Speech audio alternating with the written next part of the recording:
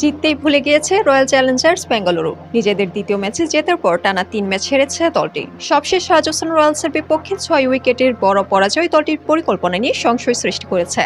Team management আদৌ কোনো game plan করে কিনা তা নিয়েও প্রশ্ন উঠেছে। ভারসাম্যহীন একাদশ খেলোয়াড় নির্বাচনে ভুল করা যেন তাদের নিত্যদিনের কারবার।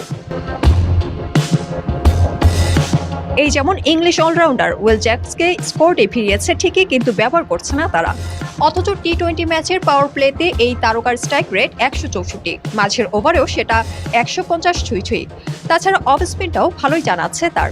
তবু কোনো এক রহস্যময় কারণে তাকে মাঠে নামার সুযোগই দেওয়া হচ্ছে না। কাছাকাছি ব্যাপার ঘটেছে মহিপাল লোমরের সঙ্গেও। পারফর্ম করা সত্ত্বেও বেঞ্চে বসে থাকতে হয়েছে তাকে।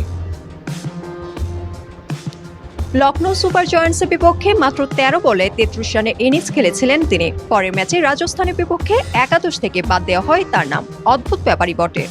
আরেক ফিনিশার দীনেশ কার্তিক অবশ্য নিয়মিত সুযোগ পাচ্ছেন একাদশে, কিন্তু তাকেও ঠিকঠাক ব্যবহার করতে অনীহা বেঙ্গালুরু। ডেথ ওভার স্পেশালিস্ট হওয়া সত্ত্বেও ডেথে তার আগে নামানো হয় ক্যামেরন গ্রিন, গ্লেন ম্যাক্সওয়েলের মতো অফ ফর্মে থাকা ব্যাটারদের। যদিও তাদের সবচেয়ে বড় সমস্যা সম্ভবত স্পিন বিভাগে। মাঝের ওভারে রান আটকাতে কিংবা উইকেট তুলতে স্পিনাররা হন অধিনায়কের মূল ভরসা। কিন্তু এই দলে নেই কোনো কার্যকরী স্পিনার। অনেক দিনের সঙ্গে যুজবেন্দ্র চাহালকে তো আগেই ছেড়ে দিয়েছিল তারা।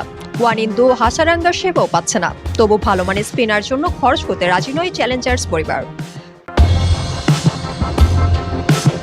ফ্র্যাঞ্চাইজির পোস্টার বয় বিরাট কোহলি। ব্যর্থতার জন্য বেশি সমালোচনা শুনতে হয় তাকেই। অথচ ব্যর্থতার দায় যতটা তার, এর চেয়ে কয়েক গুণ বেশি টিম ম্যানেজমেন্টের।